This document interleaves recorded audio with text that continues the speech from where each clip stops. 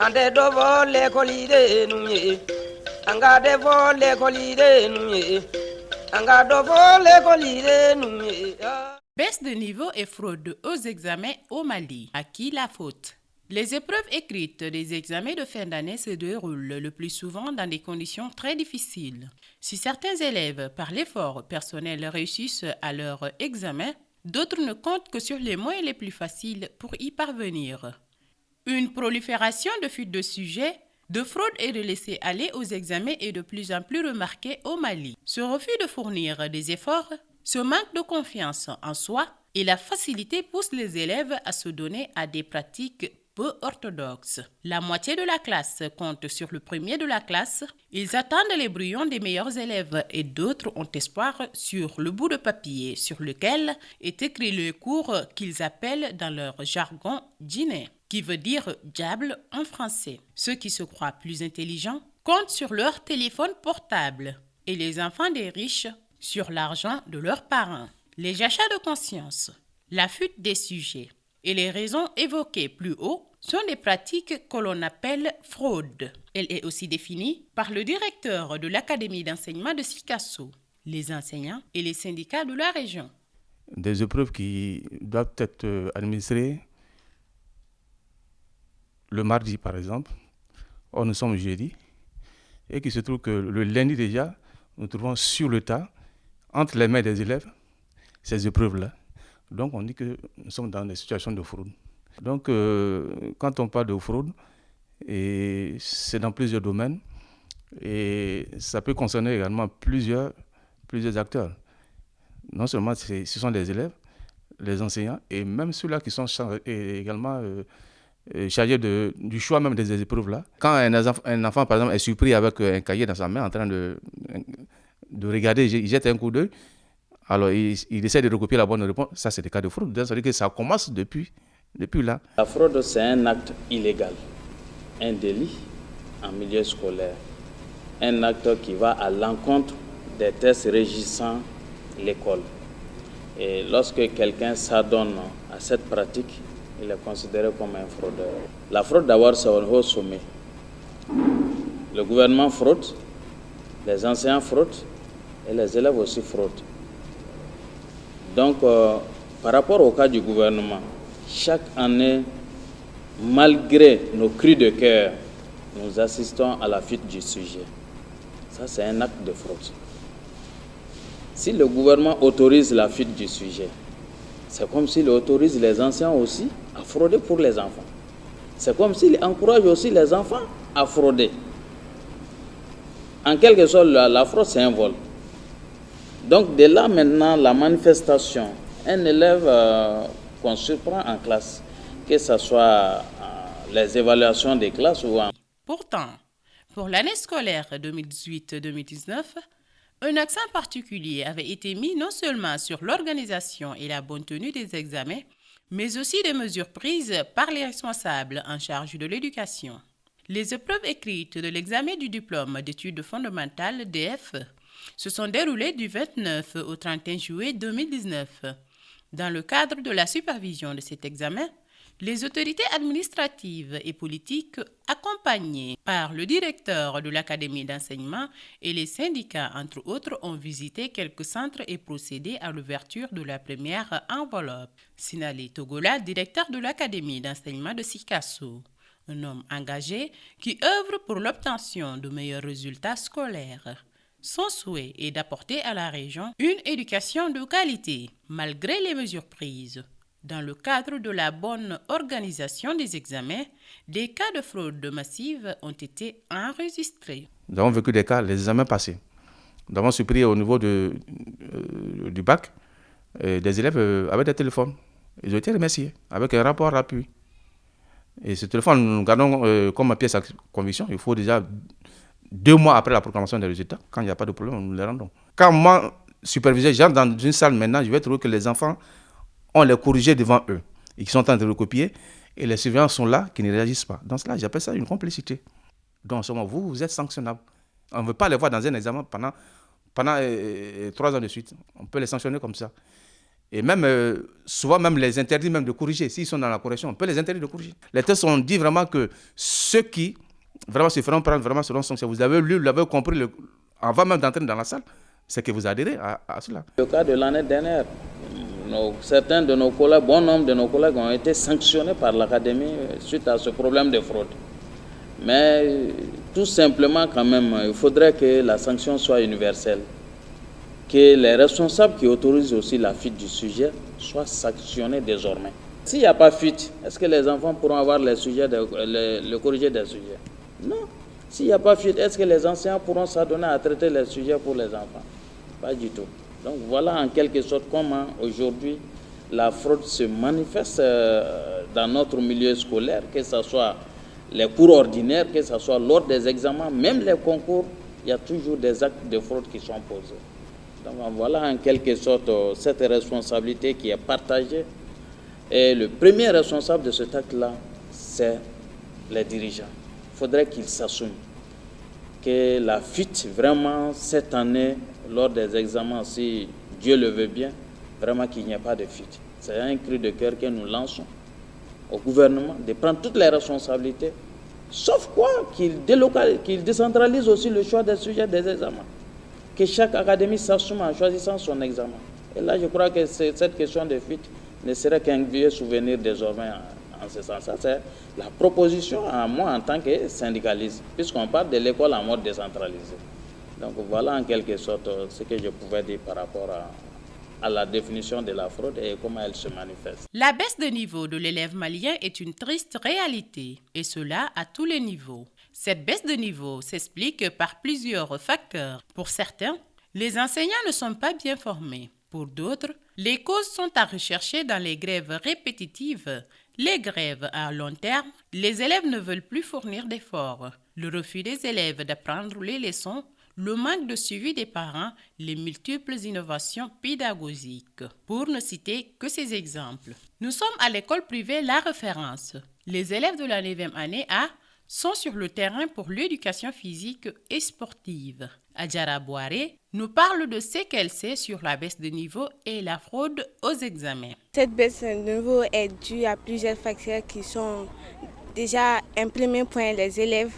Les élèves refusent d'apprendre leurs leçons, la non-responsabilité des parents à la maison. Je pense que la fraude n'est pas bon, car si on fait la fraude et qu'on passe en classe supérieure, arrivé en classe supérieure, tu auras des problèmes dans cette classe. Il est 15h au lycée Monseigneur Didier de Montclos de Sikasso. L'élève Nana Guindo en classe de terminale TSCO 5 suit les cours avec beaucoup d'attention. Pour elle, le comportement des élèves a d'autres explications. Parce que les élèves vraiment ont tendance à négliger une chose très importante dans le b.a.-ba de toute science, la lecture. D'abord, il faut vraiment mettre un point sur ça, la lecture. Les élèves n'aiment pas lire de nos jours. Vraiment, il y a diverses formes. On a les élèves qui peuvent entrer avec des bouts de papier en classe. Sinon avec les cahiers, pourquoi pas. On a aussi les jeunes filles, je m'excuse, mais qui portent des voiles surtout, elles peuvent en profiter pour activer les écouteurs. Voilà, donc c'est entre la communication entre les candidats, voilà, c'est fréquent. Très souvent, je pense que c'est la peur. Je dois réussir, les gens vraiment attendent quelque chose de moi. Et vraiment souvent, ils pensent vraiment à faire même l'impossible pour pouvoir réussir. Vraiment, donc ça, et puis malheureusement, certains parents qui mettent de la pression sur les enfants. Tu as ton bac ou je te cherche, ou bien tu as ton bac ou je te retire ça et là.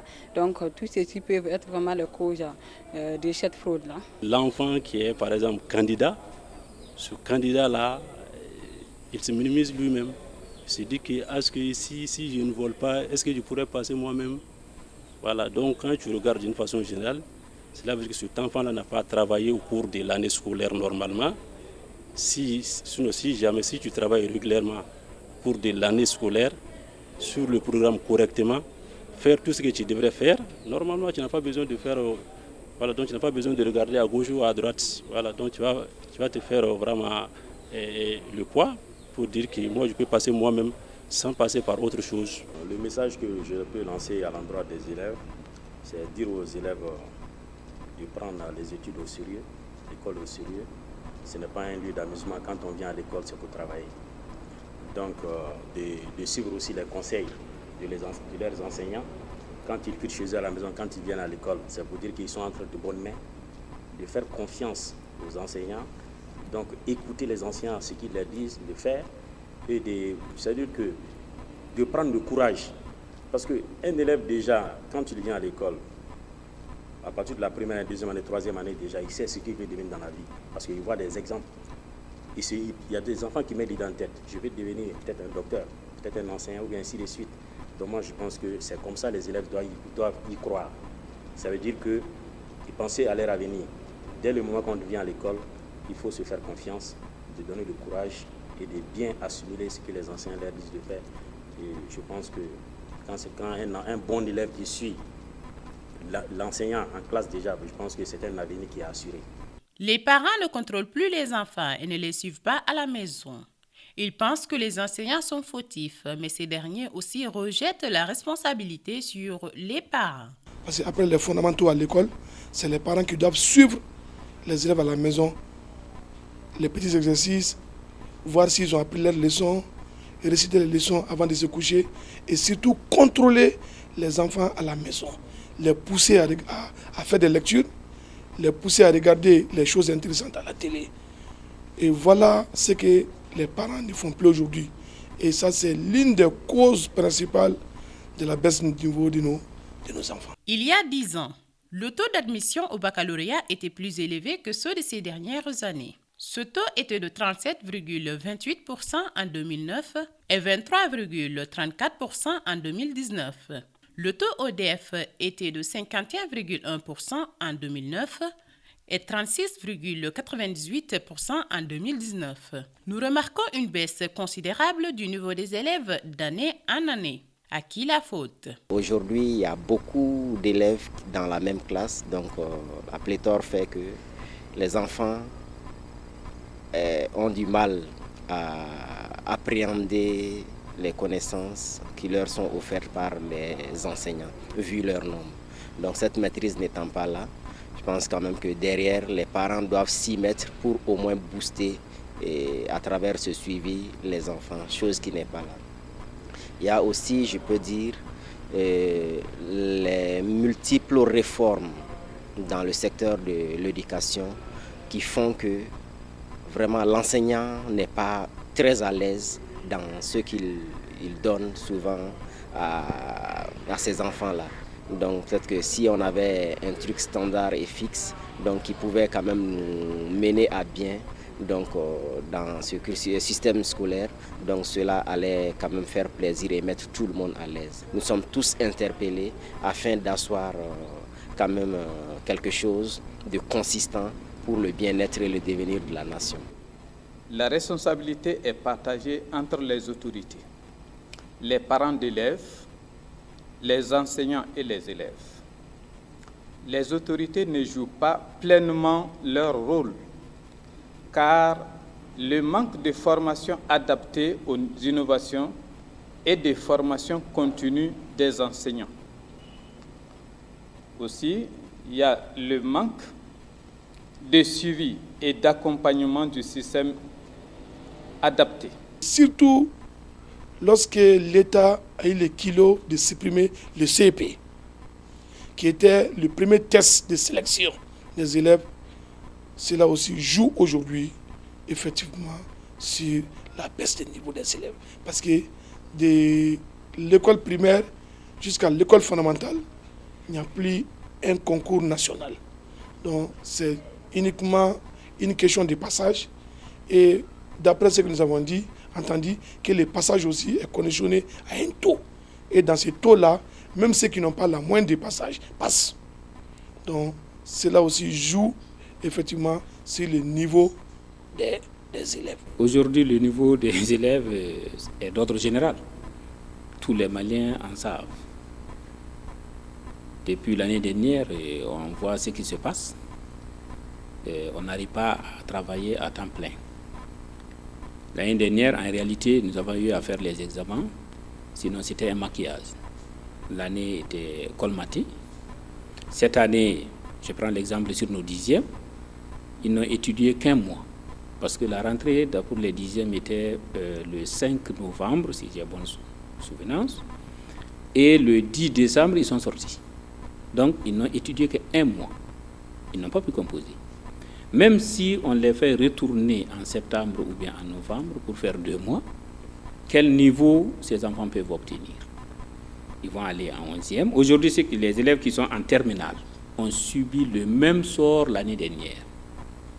Donc, le niveau aujourd'hui, tous les Maliens peuvent en discuter. Tout le monde le sait. Bon, nous sommes les administrateurs, nous sommes là, mais c'est quelque chose que vraiment tout le monde en connaît. Une nation ne peut se développer sans l'éducation. Et les enseignants sont ceux qui posent les jalons de l'éducation des enfants. Ils aident les enfants à s'épanouir et à construire leur avenir. Quand un enseignant voit son élève devenir une personnalité, voilà sa fierté. Sinon, nul ne peut payer l'enseignant. L'enseignement est un métier noble. Avant, l'enseignement était plus qu'un métier, mais une mission qu'on accomplissait par amour, par fierté et avec sacerdoce. Est-ce toujours le cas de nos jours? L'enseignant porte-t-il toujours cette casquette? Au niveau de l'école aussi, nous-mêmes, les enseignants, il y a quand même quelques défauts à notre niveau aussi. Parce que on n'est pas sans savoir que certains viennent dans l'enseignement aussi, pas par vocation, mais souvent pas juste parce qu'il y a un bon salaire. Bon, quelqu'un qui vient comme ça dans l'enseignement sans vocation, il voit de soi qu'il ne travaille pas bien. Les enseignants étant au début et à la fin de la formation des élèves, les enseignants doivent donner le bon exemple. D'abord, avant d'obliger les élèves à se comporter bien à l'école. Je crois que les enseignants doivent donner vraiment le meilleur d'eux-mêmes. Donc, parce que si ça va à l'école, c'est les enseignants qui sortent gagnants. Mais si ça ne marche pas, c'est les enseignants aussi qui ramassent les pots cassés. Dans le cadre de la célébration de la journée de l'enseignant à Sikasso, plusieurs messages allant dans la bonne marche de l'école ont été véhiculés. L'occasion est opportune pour moi d'interpeller les autorités administratives et scolaires qu'il faut offrir à l'enseignant une formation et un perfectionnement. Il faut accroître le nombre d'enseignants de qualité. Si nous voulons que notre système éducatif soit performant, chacun doit jouer son rôle à quelque niveau que ce soit. Et pour cela, une synergie d'action entre l'État, les acteurs et partenaires de l'école est obligatoire. La solution, c'est tout le monde qui va trouver la solution. À un seul niveau, on ne peut pas trouver une solution. Donc tout le monde doit s'accorder, pour trouver une solution. Les parents d'élèves, en conseillant leurs enfants, en éduquant leurs enfants, les professeurs en étant un peu plus rigoureux dans le travail, et les élèves eux-mêmes. Il ne faut pas que les élèves se prennent trop pour patron déjà. Voyez. Et donc la solution, c'est peut-être encore, il faut réunir tous les acteurs de l'éducation, en parler, et donc peut-être avec ça, ça va aller un peu mieux. La mairie de la commune urbaine de Sikasso pose des actes de formation des enseignants, des CGS, de construction de salles de classe. Les conséquences de la baisse de niveau des élèves sont nombreuses. L'école malienne devient une usine de fabrication des vauriens avec son corollaire de manque de cadres compétents pour le pays. Les étrangers qualifiés viendront occuper nos postes de responsabilité. Mais les conséquences sont énormes. Vous savez, les enfants que nous formons ici, celui qui n'a pas le niveau, on lui donne le diplôme de médecin, qu'est-ce qu'il va faire? C'est automatique, il tue. Mais malheureusement, dans l'enseignement, c'est des cas qui ne sont pas tolérables. Parce que quand tu ne connais pas devant les élèves, là, la carence est automatiquement vue, décriée. Et les enfants ne tolèrent pas. Mais si ce n'est pas l'enseignement, dans les autres services, avec ton chef hiérarchique, tu n'as pas le droit de le contrôler. Même si le médecin est médiocre, il va continuer à tuer. Et surtout qu'au Mali, il n'y a pas de plainte. Il va continuer à tuer. Donc les conséquences sont énormes. Les services aujourd'hui, si l'administration ne marche pas, c'est parce que les agents sont carents. Ils n'ont pas le niveau. Les conséquences, je peux dire qu'aujourd'hui, nous la vivons. Parce que quand tu voles, je vais dire entre guillemets, c'est trop fort, mais je vais le dire ainsi, donc pour acquérir un diplôme, alors pendant que tu dois restituer quelque chose, c'est-à-dire l'ensemble de ce que tu as appris pendant ton cursus scolaire à d'autres personnes, ça va être difficile parce que tu n'as pas cette consistance, cette compétence, cette valeur intrinsèque-là à pouvoir restituer ce que tu as appris aux autres. Donc on peut dire que là, tous les secteurs connaissent aujourd'hui les conséquences de cette fraude et dans les examens. Donc le niveau est bas un peu partout parce que si on n'apprend pas et qu'on attend le jour des examens pour aller recopier les choses, aller sur les feuilles d'examen, passer aux examens, donc on n'a pas le temps de garder quelque chose dans la tête. Les conséquences de la fraude, c'est encore un frein au développement. Un frein au développement. Vous voyez, si c'est le cadre futur qui doit aller faire des négociations pour le pays et il ne pense qu'à sa poche, crois-tu que le pays va se développer? Et s'il doit développer des réflexions, il doit aller souder des gens pour réfléchir à sa place.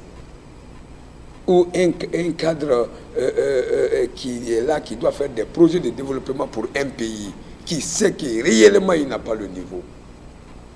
Il n'a pas le niveau. Il est venu à cette place par des relations. Et c'est ce qu'on dit. Quand au Mali, pour réussir, il faut avoir des relations. Et les relations, c'est la manifestation même de la médiocrité de la personne. Sinon, si c'est une question de compétence, on n'a pas besoin de relations. On vient nous chercher. Donc, nous disons que la fraude dont on parle, je ne sais que 3 conséquences de cette fraude: la médiocrité, la présence de cadres futurs et un freinage au développement. La baisse de niveau et la fraude sont devenues des préoccupations majeures de tous les Maliens. Alors, il est temps que chacun propose une solution pour y remédier. Il suffit que les acteurs que nous sommes soient vigilants. Dans les salles, il faudrait que le contrôle soit vraiment fait sérieusement, de filtrer les rentrées, les sorties, contrôler les documents que les élèves font rentrer, surtout les réseaux sociaux, les téléphones. En interdisant les téléphones, on peut combattre à 80% la fraude aujourd'hui, à 80% dans les centres d'examen. Et tous les cas que nous rencontrons ces dernières années, c'est des cas de téléphone. Donc il suffit vraiment de mettre fin à ça pour que nous puissions combattre à 80% les cas de fraude pendant les examens. Là, il faudrait que les surveillants et les chefs de centre soient responsables. Soutenir les responsables qui prennent des décisions assez drastiques, donc pour pouvoir les accompagner dans ce processus. Parce que l'année dernière, on a vu au niveau de Sikasso, donc ce qui s'est passé. On a beaucoup décrié, nous enseignants, parents d'élèves, on a tous décrié le fait que, en tout cas, le directeur d'académie avait pris une décision assez rigoureuse. Mais je pense quand même que si chacun se met derrière cet homme et que chacun se libère pour quand même se remettre à ce qui doit être, parce que l'enfant valeureux va passer à l'examen et celui qui n'a pas la valeur va redoubler et le redoublant en soi n'est pas mauvais. Donc ça permet à l'élève, un bon élève, de se remettre en cause et d'aller de l'avant. Donc je pense quand même que si chacun de nous laisse ses égos, donc on accompagne les enfants pendant l'année scolaire pour qu'ils retiennent beaucoup de ce que les enseignants lui donnent à l'école, donc ça peut quand même nous permettre quand même d'endiguer donc ce fléau-là qui n'est pas bon pour le Mali, parce qu'aujourd'hui, avec l'intégration sous-régionale, donc d'autres diplômés devant faire concourir avec des Maliens, je pense que sur ce marché de l'emploi sous-régional, donc si nous ne sommes pas compétitifs, c'est les autres qu'on va voir inonder notre marché du travail et ça va faire chez nous beaucoup de chômeurs. Donc il faut quand même qu'on soit assez tenace sur ces principes. Mon cri de cœur quand même va à l'endroit des autorités pour leur dire que l'école, vraiment c'est vrai, c'est eux les premiers responsables, mais c'est un bien commun. Donc de songer à la formation continue des enseignants. On a tout le temps des innovations, mais les innovations, quand les innovations viennent, il faut des formations. On ne peut pas évoluer par tâtonnement. À tout moment, faire des tâtonnements, ça ne marche pas.